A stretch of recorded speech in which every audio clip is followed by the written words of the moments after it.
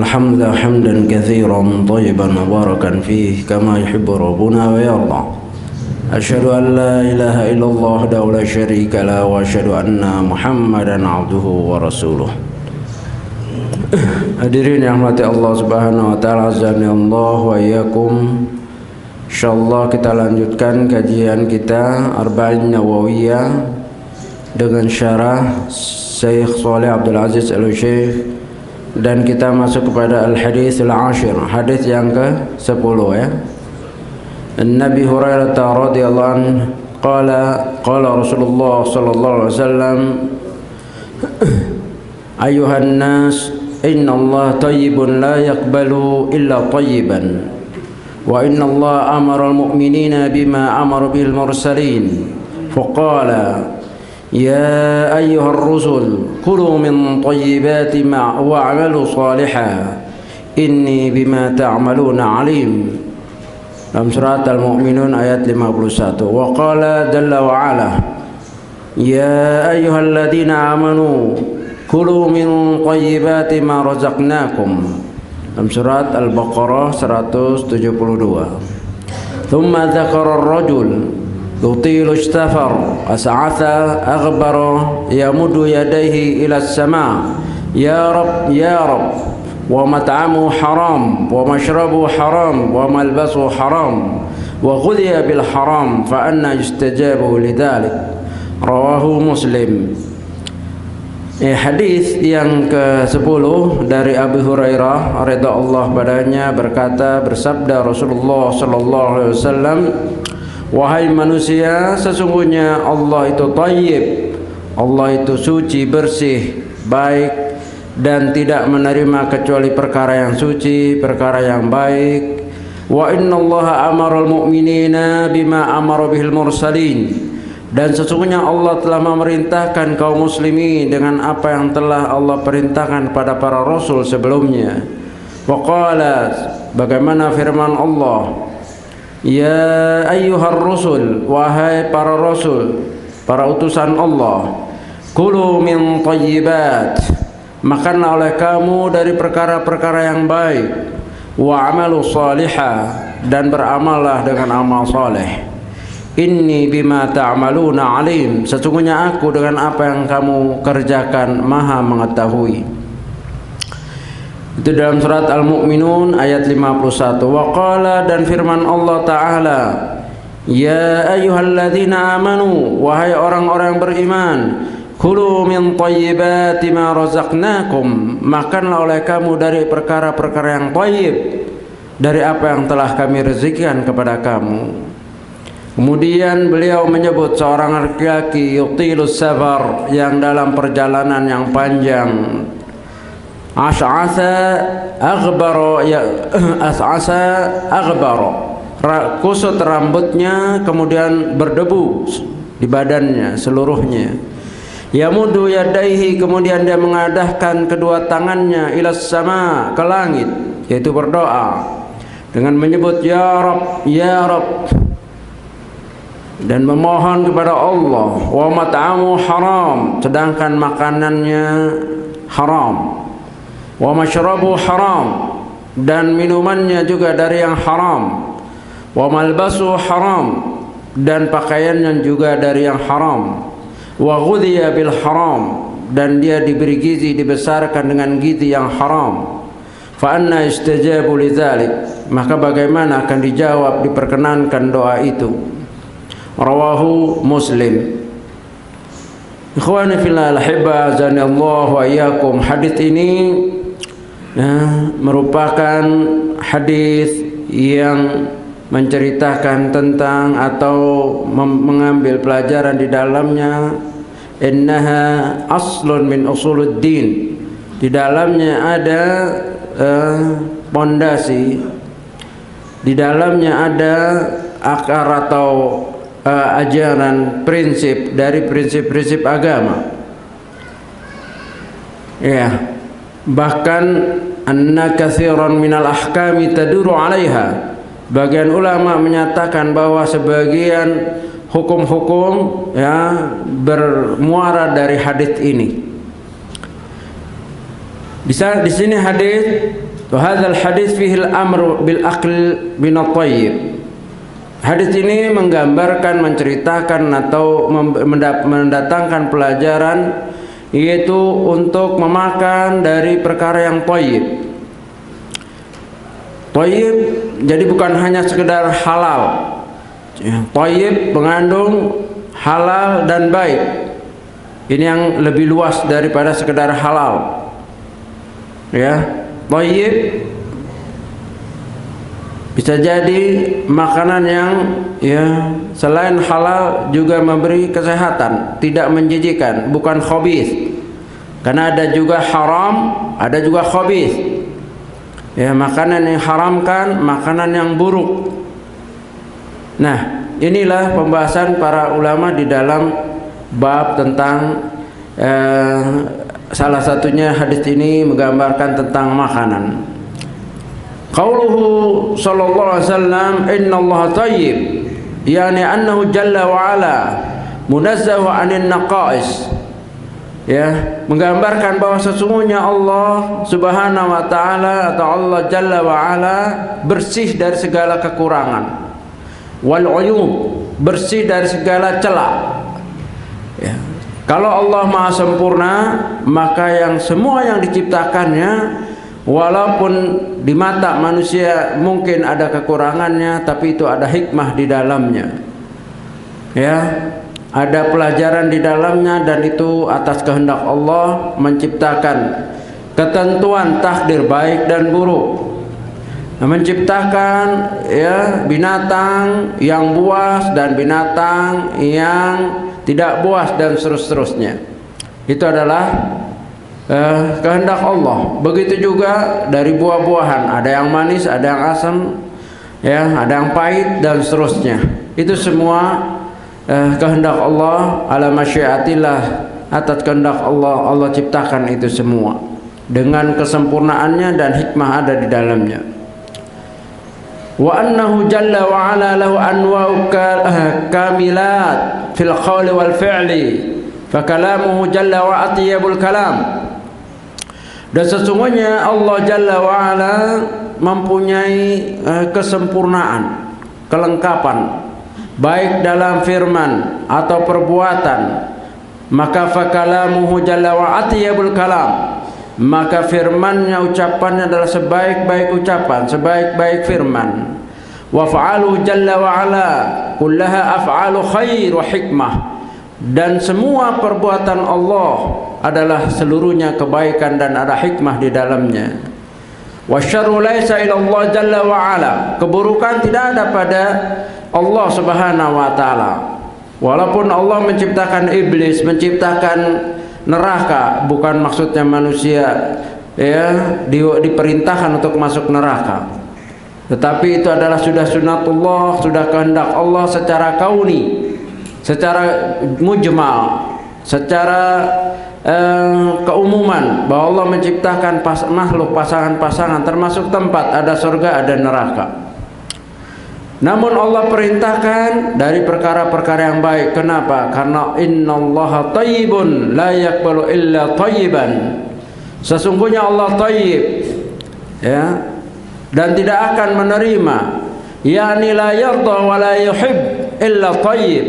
Allah tidak menerima, Allah tidak ridho kecuali perkara yang baik, yang thayyib, yang suci, yang murni.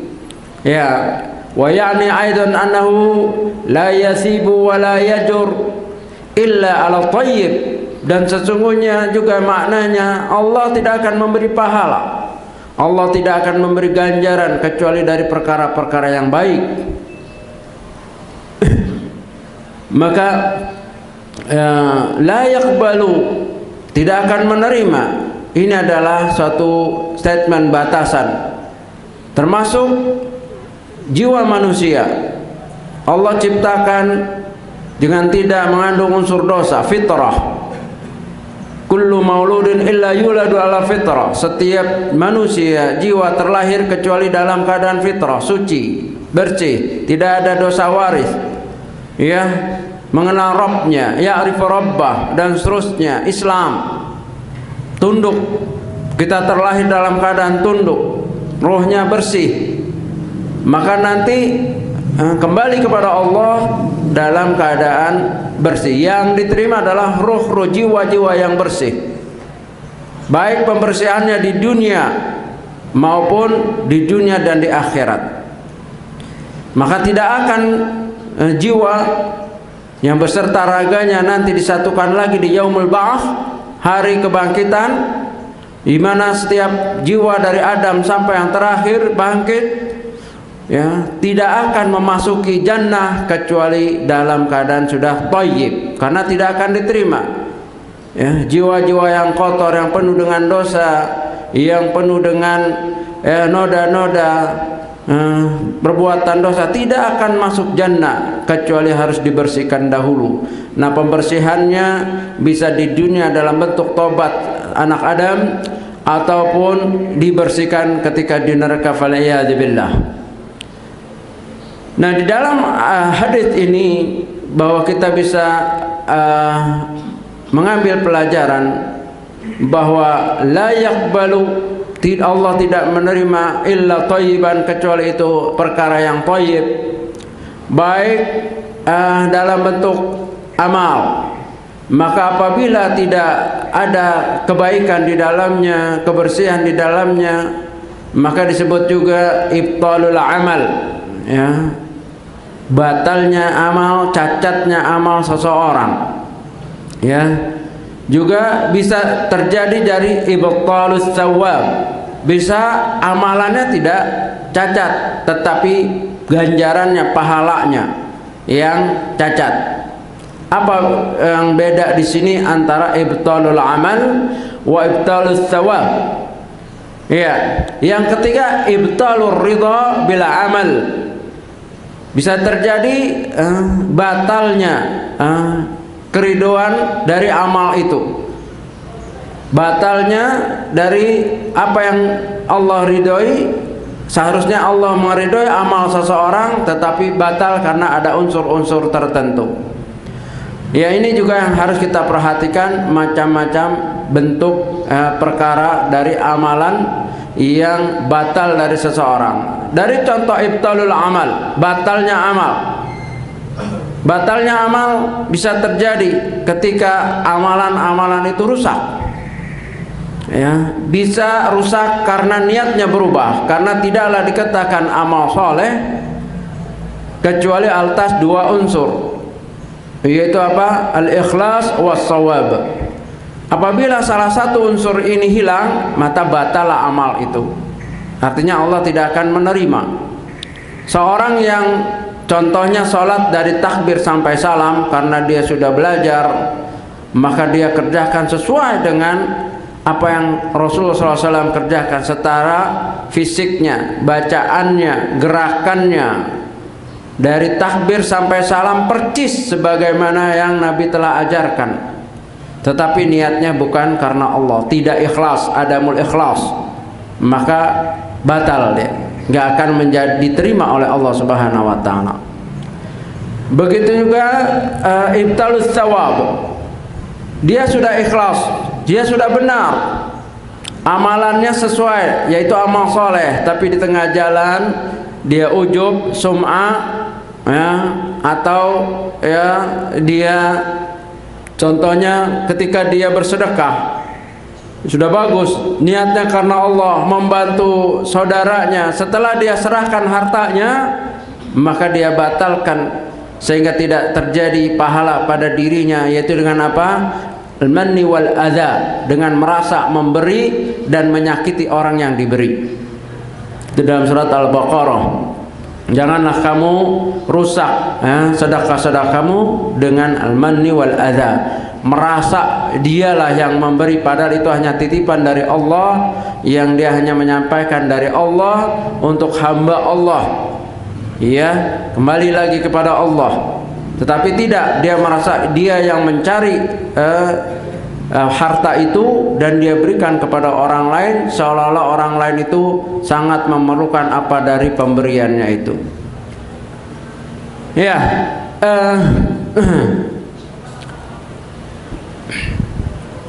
Tentunya seorang hendaklah menghindar dari semua perkara-perkara yang membatalkan dari amalan-amalan atau pahala atau ridha Allah yang seharusnya ridha Allah jatuh kepadanya, kemudian batal karena amalan-amalan seseorang.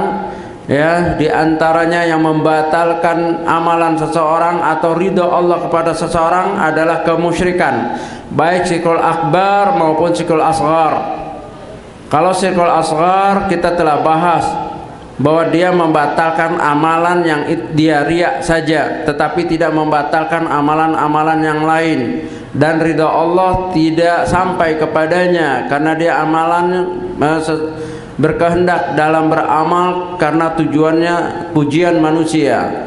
Adapun syirkul akbar, syirik akbar, maka batal seluruhnya. Seluruh amalan-amalan yang dia telah kerjakan ketika dia melakukan syirik akbar tanpa uzur, maka batal seluruh amalan-amalannya itu, baik keridhaan Allah, pahala, amalan itu semua hangus. Bahkan dikatakan sebagai habbaan manthura, seperti debu yang ditiup angin apabila dia tidak tobat. Disinilah ya, maka kita harus perhatikan ya, Allah tidak menerima semua apa yang kita kerjakan kecuali itu ada unsur thayyib, ya, kebaikan, bersih, murni. Begitu juga contohnya salat, la yaqbalullahu salata haid illa bi khimarin, ya. Tidak diterima salat orang yang haid. Atau juga la yaqbus salat ahadikum idza ahdatsa hatta yatawadda. Tidak diterima salat seseorang ya di antara kamu kalau dia sudah batal ya wudunya sampai dia wudu lagi, atau tayamum kalau tidak ada air. Artinya semua ada syarat. Maka innallaha thayyibun la yaqbalu illa thayyiban. Allah tidak akan menerima, Allah itu thayyib dan tidak menerima kecuali dari perkara yang thayyib. Nah, oleh sebab itu ya hendaklah kita perhatikan thayyib dalam segi apa yang ada dalam tadi dalam gambaran hadis menyatakan baik thayyib secara mat'am, masyrab, malbas dan gizi semuanya, pakaian, makanan ya, juga apa yang kita atau asupan yang kita terima. Dari sini para ulama sangat berhati-hati dengan apa yang masuk ke perutnya, karena yang demikian sangat berpengaruh terhadap kekuatan ya jiwa raga seseorang. Makanya ciri khas makanan atau rezeki yang berkah yaitu makanan atau gizi yang berkah yang dapat asupan itu dapat menguatkan ibadah seseorang. Bisa jadi secara otot makanan-makanan yang bagus tetapi tidak berkah, bisa jadi dia menguatkan secara fisik. Kuat ya, naik gunung, bersepeda, jalan kaki puluhan kilometer kuat, angkat beban berat kuat, tapi ke masjid nggak kuat, baca Quran nggak kuat, ngaji apalagi. Ya, ada manusia yang secara masal, secara fisik ya kuat, seharusnya dia menempuh ya gunung aja didaki, tetapi ketika ke masjid berat. Ini asupannya tidak berkahnya apa yang dia makan, atau banyak yang masuk kepada dirinya ya ghairu thayyib, bukan yang thayyib ya. Nah, tentunya tidak akan menjadikan dia kuat untuk beribadah. Nah, Allah juga tidak menerima la yaqbalu illa thayyiban. Maka kewajiban setiap kita untuk menjadi orang yang thayyib. Asupan yang kita makan, yang masuk pada diri kita yang thayyib, pakaian ya dan seterusnya, minuman dan seterusnya, sebagaimana hadis tadi. Nah, di dalam surat Al-Maidah ayat 100 jelaslah Allah membedakan, di mana Allah berfirman, "Qul la yastawil khabithu wa thayyib walau a'jabaka kathratul khabith." Katakanlah tidak akan sama selama-lamanya al-khabith wa tayyib, yang buruk ya dengan yang baik, dengan yang suci, yang najis, yang kotor dengan yang suci. Walau a'jabaka kathratul khabith, meskipun kadang-kadang yang khabith itu lebih kita gandrungi. Dari makanan banyak yang thayyib-thayyib, tapi tidak sedikit orang juga yang asupannya yang buruk-buruk. Ya, begitu. Yang halal dengan yang haram, banyakkan yang halal, tapi tidak sedikit juga orang lagi mencari yang haram. Makanya sering saya ingatkan bahwa makanan itu seharusnya yang haram yang diberi stempel, bukan yang halal. Karena yang halal ini lebih banyak daripada yang haram. Maka cukup yang haram-haram aja. Ini haram, mengandung babi, udah merah. Ya, tandanya tengkorak atau apa. Ya, jangan yang halal. Yang halal ya sudah dibiarkan karena asalnya itu halal. Asal makanan itu halal kecuali yang diharamkan Allah. Ya, sedikit yang diharamkan Allah. Kenapa yang distempel yang banyak? Ya, orang yang di luar penjara sama yang di dalam penjara banyakan mana?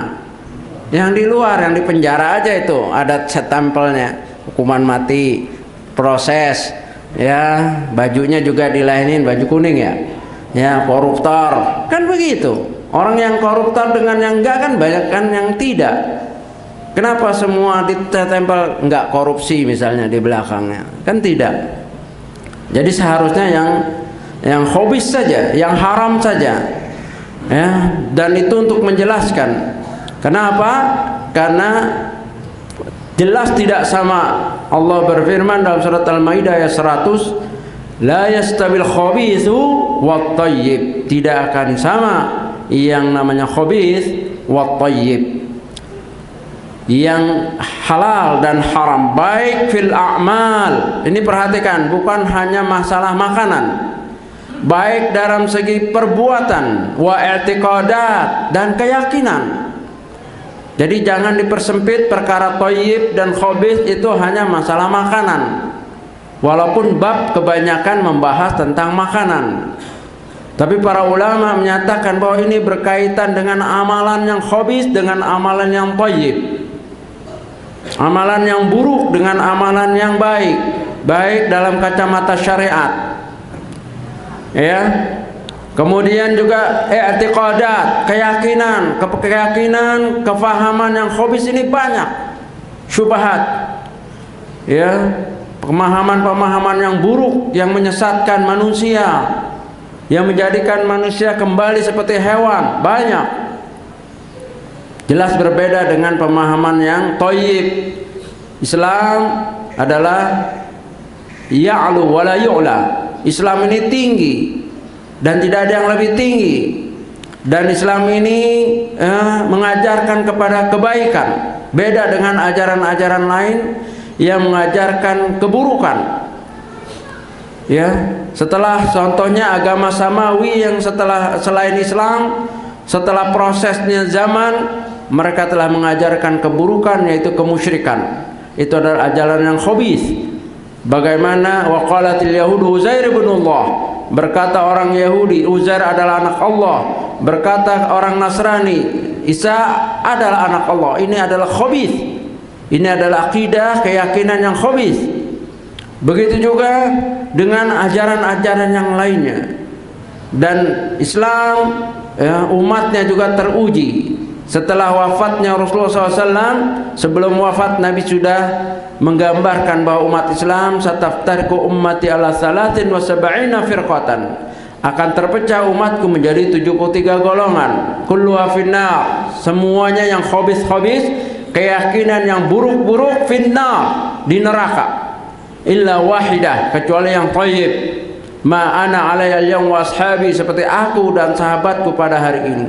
Maka wajib setiap kita untuk membersihkan kefahaman-kefahaman yang khabith, meninggalkan kefahaman keyakinan yang buruk yang akan menyeret ke neraka, yaitu meraih kepahaman yang thayyib, kepahaman yang lurus, kepahaman yang apa yang telah dibawa oleh Nabi dan dicontohkan oleh sahabat. Wajib selama kita masih hidup dan diberi kesempatan. Maka beruntunglah manusia yang terus setiap harinya, setiap saatnya memikirkan baik masalah akidahnya agar bersih dari perkara-perkara yang khabith, keyakinan-keyakinan subhat-subhat yang buruk yang telah ditebar oleh syaitan dan antek-antek syaitan dalam bentuk manusia. Seorang harus bekerja keras, ya, berjihad bersungguh-sungguh sehingga dia menghadap Allah dengan keadaan jiwa yang thayyib, jasad yang thayyib, yang ada di asupan yang thayyib, pakaian, makanan, seterusnya minuman thayyib. Karena tidak mungkin seorang hanya memperhatikan makanannya thayyib, minumannya thayyib, pakaiannya thayyib, tapi akidahnya rusak. Ini juga asupan untuk api neraka. Ya. Makanannya bagus, nggak pernah makan babi, alhamdulillah. Babi yang haram-haram tidak dia makan. Pakaiannya juga dia beri dari yang halal. Minumannya juga begitu. Tapi mensyukurkan Allah. Akidahnya tidak thayyib. Yang kebagusannya itu untuk menyalakan api neraka, yang bahan bakarnya adalah batu dan manusia. Maka tidak cukup thayyib dalam segi tadi makanan, pakaian. Maka Syekh di sini menyatakan, maka seorang hendaklah dari hal ini, dari ayat surat Al-Maidah ayat 100, orang memperhatikan perkara-perkara yang thayyib fil a'mali wal i'tiqadat, ya, baik dalam segi amal maupun keyakinan. Apa amalan yang baik? Amalan yang muttaba'ah, yang mengikuti sunnah. Apa amalan yang khabith? Bid'ah. Perkara-perkara bid'ah harus dijauhi semaksimal mungkin. Apabila dia tahu dalam amalan tertentu itu adalah bid'ah, dia harus tinggalkan walaupun berat, walaupun sudah mendarah daging, ya, walaupun lingkungannya seperti itu, walaupun keluarganya mengamalkan seperti itu. Apabila bid'ah, maka dia harus berusaha untuk meninggalkan, karena itu amalan yang khabith, baik dari amalan i'tiqad dan yang lainnya. Nah, ini di dalam surat An-Nahl juga dinyatakan oleh Allah Subhanahu wa taala tentang orang-orang yang diwafatkan oleh malaikat dan mereka adalah thayyibin, orang-orang yang thayyib, ya, yang akan diucapkan oleh malaikat kepada mereka, ya, alladzina tawaffahumul malaikah thayyibina yaquluna salamun alaikum udkhulul jannata bima kuntum ta'malun. Orang-orang diwafatkan oleh malaikat dan mereka adalah thayyib, baik akidahnya, amalannya, pakaiannya, minumannya, apa yang dia makan dan seterusnya. Yaquluna salamun alaikum, berkata para malaikat, keselamatan atas kamu. Udkhulul jannata bima kuntum ta'malun, masuklah kamu sekalian ke jannah dari apa yang kamu telah amalkan. Jadi amalan-amalan thayyib, yang pertama adalah i'tiqad, akidah harus thayyib. Jauhkan segala kemusyrikan, jauhkan segala pemahaman-pemahaman yang sesat, faham khawarij, faham syiah rafidah, faham murji'ah, mu'tazilah, sufiyah dan seterusnya. Itu harus kita bersihkan sebelum kita menghadap Allah Subhanahu wa taala. Mungkin ketika kita masih kecil, atau di sekolah atau di lingkungan, atau mungkin dengan orang tua kita ada tercampur amalan atau pemahaman seperti itu, maka wajib kita berusaha keras. Dan tidak ada usaha keras kecuali apa? Talabil ilmi, mencari ilmu. Karena tidak akan kotoran-kotoran itu akan bersih dengan sendirinya. Kita tahu kita pakai baju bisa kotor. Apakah kita letak begitu saja bersih sendiri? Walaupun iklannya begitu, ya, bisa mencuci sendiri katanya. Tapi kan harus ada gerakannya, harus dibeli juga, harus ada usaha. Pakaian aja harus ada modal untuk mengusahakan bagaimana pakaian yang sudah kita pakai itu bisa bersih. Loh, kok akidah kita mengharap dengan duduk-duduk, dengan santai-santai toto bersih sendiri? Naudzubillah, ini enggak logik. Gairu ma'qul kata orang Arab, nggak masuk di akal. Kalau pakaian, mobil, rumah, lantai, semua dia harus kerjakan untuk membersihkannya. Harus dia keluarkan modal, tenaga, pemikiran.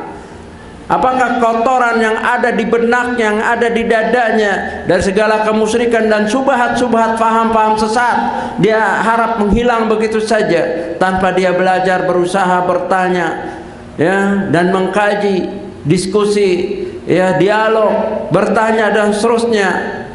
Mustahil, ya, kecuali karomah, dan itu sangat sedikit, ya. Nggak ada yang namanya ilmu laduni.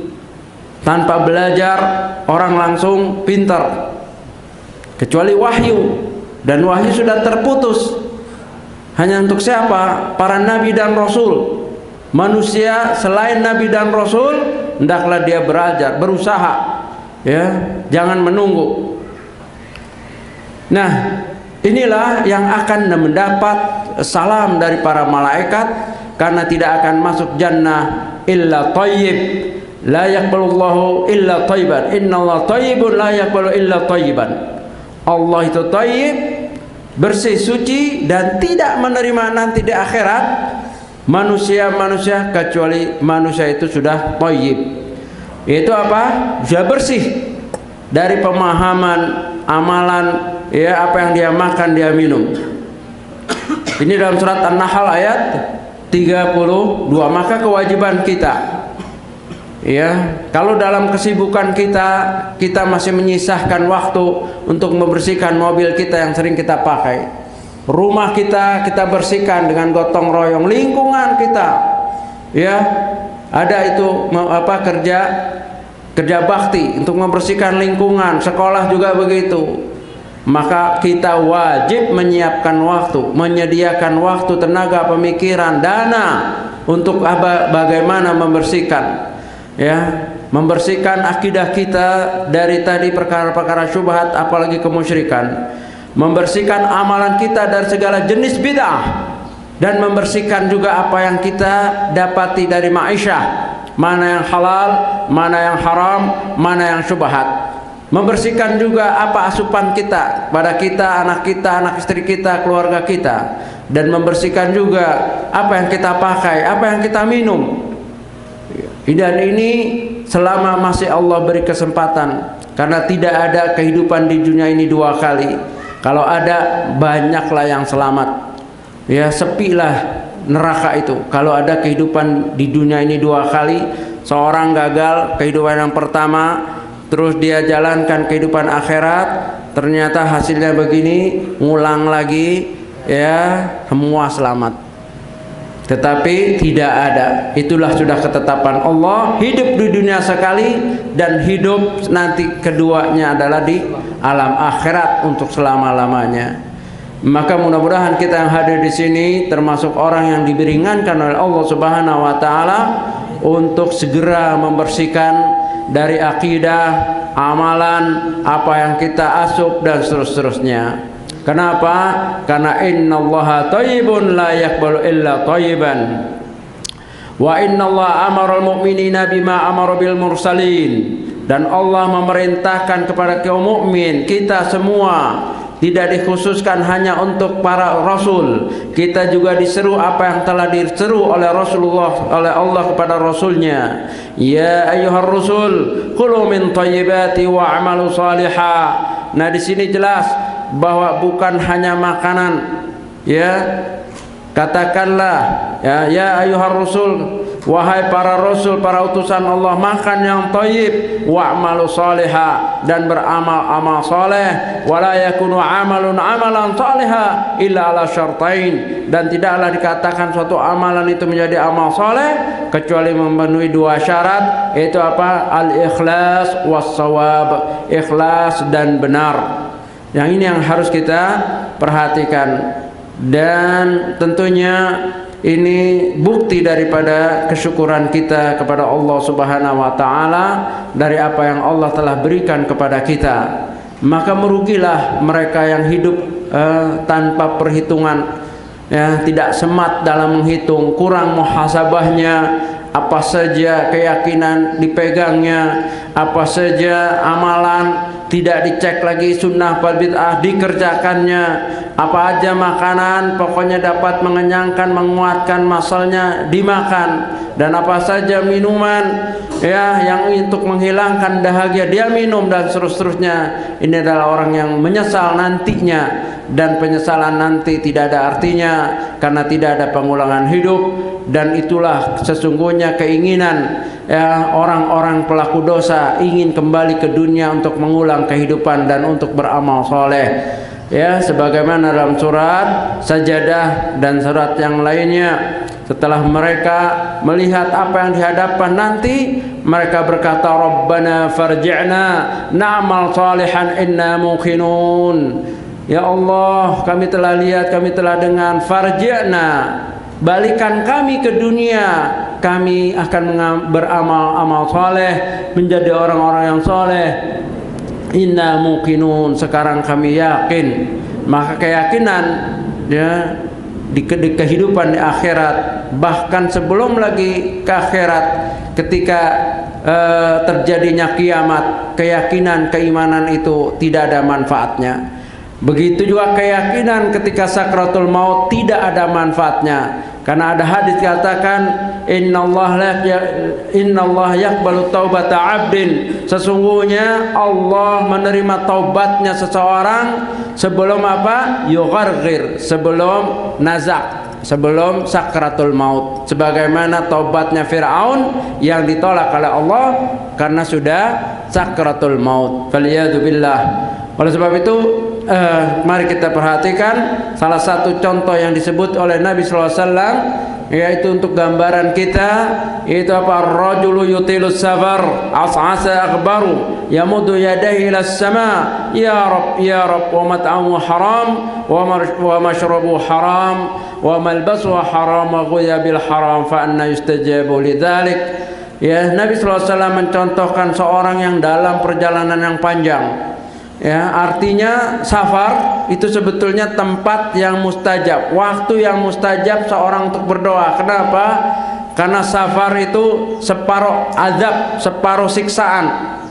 Ya, makanya orang safar ini, orang dalam bepergian itu mempunyai keringanan dan mempunyai fadilah, keutamaan.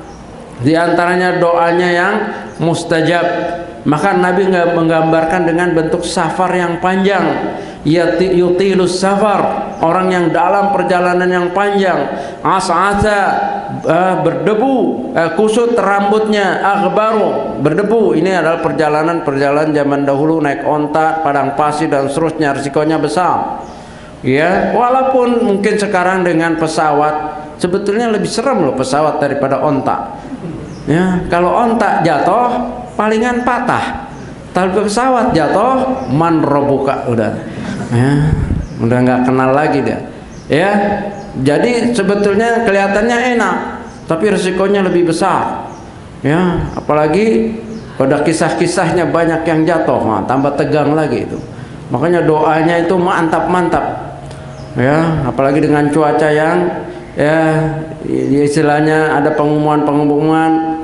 Ya, seharusnya pengumumannya dilembut-lembutkan gitu kan. Cuaca hari ini kurang bersahabat. Nah, itu udah lembut itu, tapi tegang juga. Iya. Nah, kita teruskan. Apapun safar kita, ya, itu adalah tempat yang mustajab. Kalau apa?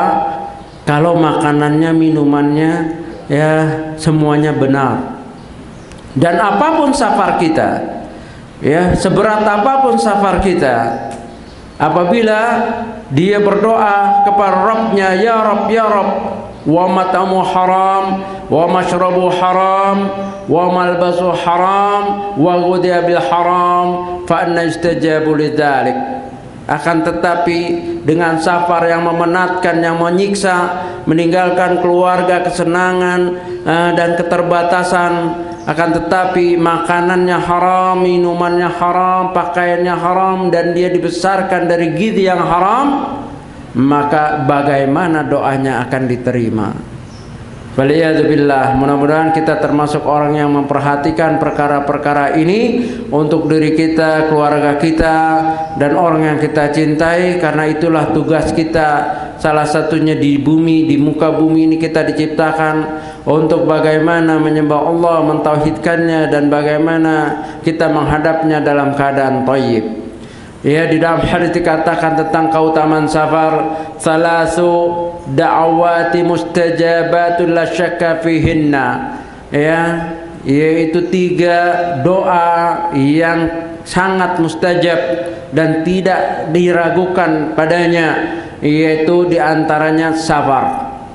Bayangkan dengan posisi yang tertinggi dia tertolak doanya karena ada mawani. Mawani ini obstacle-nya, penghalangnya tadi. Nah, bayangkan itu baru makanan, itu baru pakaian, minuman, apalagi akidahnya sudah khabith, keyakinannya khabith kepada Allah, buruk kepada Allah, akidahnya khabith, amalannya juga khabith, buruk, yaitu amalan-amalan bid'ah, ditambah lagi mungkin ininya, wah habis sudah. Ya, maka marilah kita manfaatkan sisa-sisa hidup kita untuk bersih-bersih diri, bersih akidah, bersih amalan, bersih akidah dari segala jenis subhat dan fitnah, bersih amalan dari segala jenis bid'ah, bersih apa yang kita makan dari perkara yang haram, bersih apa yang kita minum ya dari yang perkara yang haram dan syubhat, bersih apa yang kita pakai dan seterusnya. Inilah ya kebersihan yang dituntut oleh Allah, karena Allah itu thayyib dan tidak akan bersamanya kecuali mereka-mereka yang thayyib. Wallahu alam. Mungkin demikian saja. Kalau ada soalan ataupun yang kurang jelas ya silahkan. Kita sampai 197. Silakan. Assalamualaikum warahmatullahi wabarakatuh. Waalaikumsalam warahmatullahi wabarakatuh. Menyebutkan bahwa orang yang syirik akbar tanpa uzur itu seluruh amalannya ditolak. Iya. Karena terkait dengan syirik akbar tanpa uzur, syirik akbar itu apa? Iya. Akidah Ahlussunnah wal Jamaah dalam menetapkan kaidah, rumusan ya, amalan-amalan itu harus apa? Wujudus syurut wa intifaul mawani. Syaratnya lengkap, tidak ada penghalang. Dibahas oleh para ulama, diantaranya juga di dalam 77 kaidah yang disyarah oleh Syekh Muhammad Shalih Utsaimin. Diantaranya uzur, yaitu jahil, kebodohan. Terus mukrih, dipaksa. Orang menyebut hubal, tapi karena tekanan, seperti ke Ammar bin Yasir. Kan Ammar bin Yasir begitu kan? Ya, ketika disiksa, ibu bapaknya sudah mati, sudah syahid, sudah terbunuh, tinggal dia. Maka disiksa, disuruh menyebut hubal, Tuhannya ini berhala. Hubal, dia sebut. Sedang kemudian dia sedih dengan penyebutan itu. Kemudian datang Rasulullah SAW, dia mengabarkan hal itu. Kemudian Rasulullah bertanya, bagaimana hatimu? Hatiku mutmain dengan tauhid. Maka lakukanlah kalau seperti itu disiksa. Ini uzur. Orang disiksa, ya mungkin dulu zaman Belanda kan ada itu, zaman Jepang penyiksaan untuk menyembah matahari. Ya kalau enggak dipancung. Boleh seorang memilih ya ikuti. Ya kalau enggak dipancung, karena menjaga nyawa lebih utama. Tapi hatinya jangan yakin dengan matahari itu. Ya begitu. Wa qalbut mutmain, dalam Al-Qur'an dikatakan, dan hatinya tenang. Ya, hatinya tidak menerima kesyirikan itu. Jadi itu uzur kejahilan, uzur dipaksa, uzur ya kejahilan atau ketidaksengajaan. Di dalam hadis nanti akhir-akhir, innallaha, sesungguhnya Allah jawazi ummati al khata' wa nisyan, sesungguhnya Allah memaafkan bagi umatku khata' wa nisyan. Hadisnya ada, seorang begitu gembiranya diberi oleh Allah, yaitu ontaknya yang sudah hilang datang lagi, kemudian dia berdoa terbalik. Allahumma ya Allah anta abdi wa ana rabbi. Ini kan syirik ucapannya. Ya Allah, engkau adalah hambaku, aku adalah Rabbmu. Ya, kepleset saking senengnya. Ini enggak langsung disiksa, syirik enggak dihukum sebagaimana Firaun ana rabbukumul a'la. Ya, itu kejadian. Itulah. Jadi khata' wa nisyan, ya, juga uzur. Nah, tapi kalau dia melakukan dengan apa istilahnya, dengan keyakinan, dan itu adalah i'tiqadnya, ini adalah syirik akbar yang menghapuskan seluruh amalan-amalannya. Karena ancaman ini bukan hanya kepada kita, ancaman ini juga kepada Rasul. Tadi thayyib kepada Rasul dan kepada kita. Begitu juga ancaman kepada Rasul dan kepada kita. Dalam surat Az-Zumar ayat 65, di mana Allah berfirman, walaqad uhiya ilal ladzina min walaqad uhiya ilaika wa ilal ladzina min qablika lain asyrakta la yahbatana amaluka wa la takunanna minal khasirin. Sungguh telah diwahyukan kepada kamu wahai Muhammad dan kepada nabi-nabi terdahulu, lain asyrakta, kalau kamu syirik wahai Muhammad, la yahbatana amaluka, sungguh-sungguh pasti akan hapus seluruh amalan kamu. Wala takunanna minal khasirin, dan sungguh-sungguh pasti kamu termasuk orang yang rugi. Bayangkan Allah mengancam siapa? Nabi Muhammad SAW dan nabi-nabi terdahulu, apalagi kita. Maka hati-hati, harga mati menjauhi kemusyrikan, terutama syirik akbar ini harga, enggak ada apa istilahnya tawar menawar. Selama kita hidup, ya, selama kita masih bernapas, kita harus menjauhi segala kepada apa perkara syirik-syirik yang besar. Ya, tadi kecuali ada uzur. Ya, kecuali ada uzur. Baik. Ya. Ya. Ya, bilang. Masih ada waktu kan? Assalamualaikum warahmatullahi wabarakatuh. Waalaikumsalam warahmatullahi wabarakatuh. Ada satu pertanyaan yang dikatakan safar atau musafir, jaraknya itu berapa kilo? Apakah dari Jakarta ke Bogor itu bisa dikatakan safar? Nah, safar ya. Baik. Memang ada bab tersendiri. Ulama memang berbeda pendapat sejauh mana sih jarak atau pepergian itu dianggap safar. Yang pertama, secara adat, urufnya, adatnya adalah safar. Yang kedua jarak, ya, maka jatuhlah. Secara adat orang itu dikatakan safar apa? Biasanya berbekal, berpesan sama anak istri, dan bukan perjalanan yang rutin, ya, suatu saat saja. Dia nggak pernah jalan ke sana atau jarang, tahu-tahu ada perjalanan ke sana.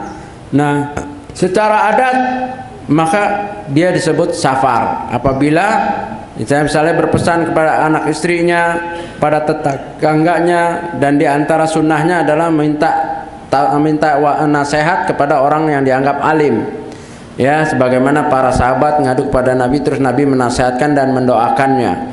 Nah, apabila unsur-unsur seperti ini, maka ini adalah sebab. Sekarang tinggal kalau adat, uruf sepakat, yang berbeda adalah jarak. Imam Syafi'i menyatakan bahwa yang disebut safar harus sudah 85 kilo. Syekh bin Baz rahimahullah mengambil 83 kilo. Di dalam kitab Nailul Awtar ada 3 farasih, 3 farsah. 1 farsah itu ya 1,6 gitu, ya, tinggal dikali 3, jadi hanya beberapa kilometer di bawah 10 kilo. Itu sudah farsah. Dengan uruf yang tadi, urufnya harus, adatnya harus safar. Jaraknya bisa ya kurang dari 10 kilometer. Nah, jadi lepas daripada perbedaan ini, ya, kita mengambil masyakohnya, beratnya, dan apakah itu memang bepergian yang tidak rutin.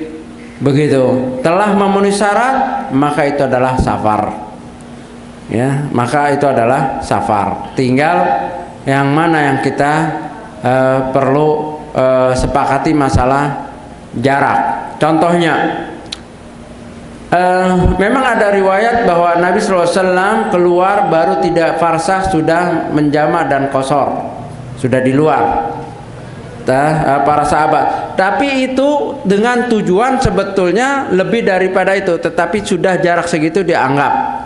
Di sini perbedaan, ada yang menjadikan itu patokan, jarak 3 farsah itu sudah menjadi patokan, ada tidak. Tujuannya sebetulnya ini yang Imam Syafi'i berpegang ini. Tujuannya sebetulnya sampai 85 kilo.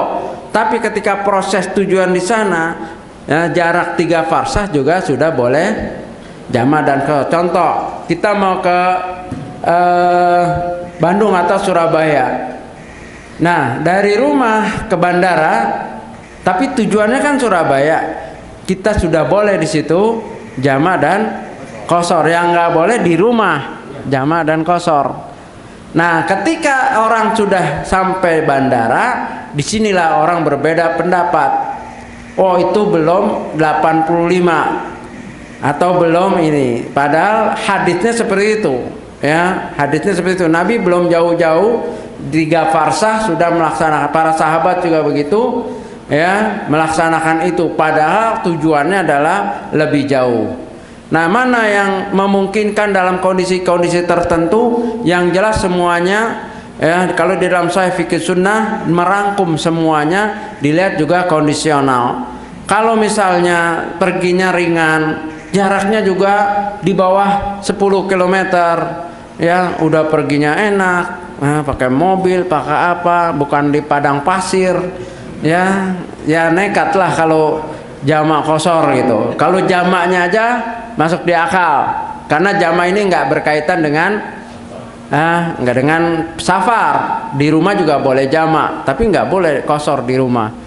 Ya, nah tinggal itu diperhatikan. Ya, berkaitan juga dengan hukum nanti wanita, apa sudah disebut safar apabila seperti itu. Ya, jadi yang pertama yang harus kita perhatikan, kondisi yang pertama adalah urf, adat. Ya, kebiasaannya itu disebut safar apa enggak. Orang bekerja dari sini ke Bogor, bekerja. Tiap hari dia enggak, ya doa ini ama, enggak, jalan aja. Kadang-kadang istrinya masih tidur, dia nyelonong aja udah, ya sudah rutin. Nah, sekarang apakah itu termasuk safar? Ya, udah kerjaannya tiap hari di sana, jaraknya jarak itu. Tapi orang jarang ke Bogor, toto ada panggilan kondangan atau kematian saudaranya, sama-sama Bogor, urfnya yang berbeda. Yang tadi kerja, ya, yang ini baru. Ya, dia berpesan, saya mau ke Bogor nih, ya, anak-anak tolong liatin ada kematian saudara di sana. Yang orang ini seperti ini safar, jarang ke Bogor, toto ke Bogor, ya, dengan kondisi sama, jaraknya sama, ini sama, urfnya yang membedakan seseorang. Jadi jangan dipukul rata, satu kereta berantem, lu kamu kok safar? Ya, yang dia nggak kerja, yang ini, oh saya sih nggak safar. Nggak boleh seorang mempengaruhi yang lain, masing-masing berbeda, walaupun tujuannya sama, tapi uruf yang membedakan. Yang satu memang jarang ke Bogor, toto muncul, toto jalan ke Bogor. Yang ini safar, dia berpesan pada anaknya, karena Bogor berapa kilometer coba dari Jakarta? 20-an lebih, ya, belum macetnya. Ya, 60, ya udah safar. Untuk orang tertentu safar, tapi untuk orang yang memang bolak-balik kerja biasa itu nggak safar. Tapi dia boleh jamak, jangan qasar. Yang kerja ini suatu waktu, wah ini kayaknya maghrib nggak kena ini, ya, di ini ya udah diniatkan nanti jamak takhir ketika isya sampai jamak, itu boleh. Dia tidak boleh qasar karena dia memang setiap hari pulang pergi kerja, tapi dia boleh jamak. Yang safar dia jamak qasar. Nah, jadi masing-masing berbeda urfnya. Wallahu alam. Cukup. Ya, cukup ya. Subhanallah wa bihamdika asyhadu an la ilaha illa anta astaghfiruka wa atubu ilaik. Assalamualaikum warahmatullahi wabarakatuh.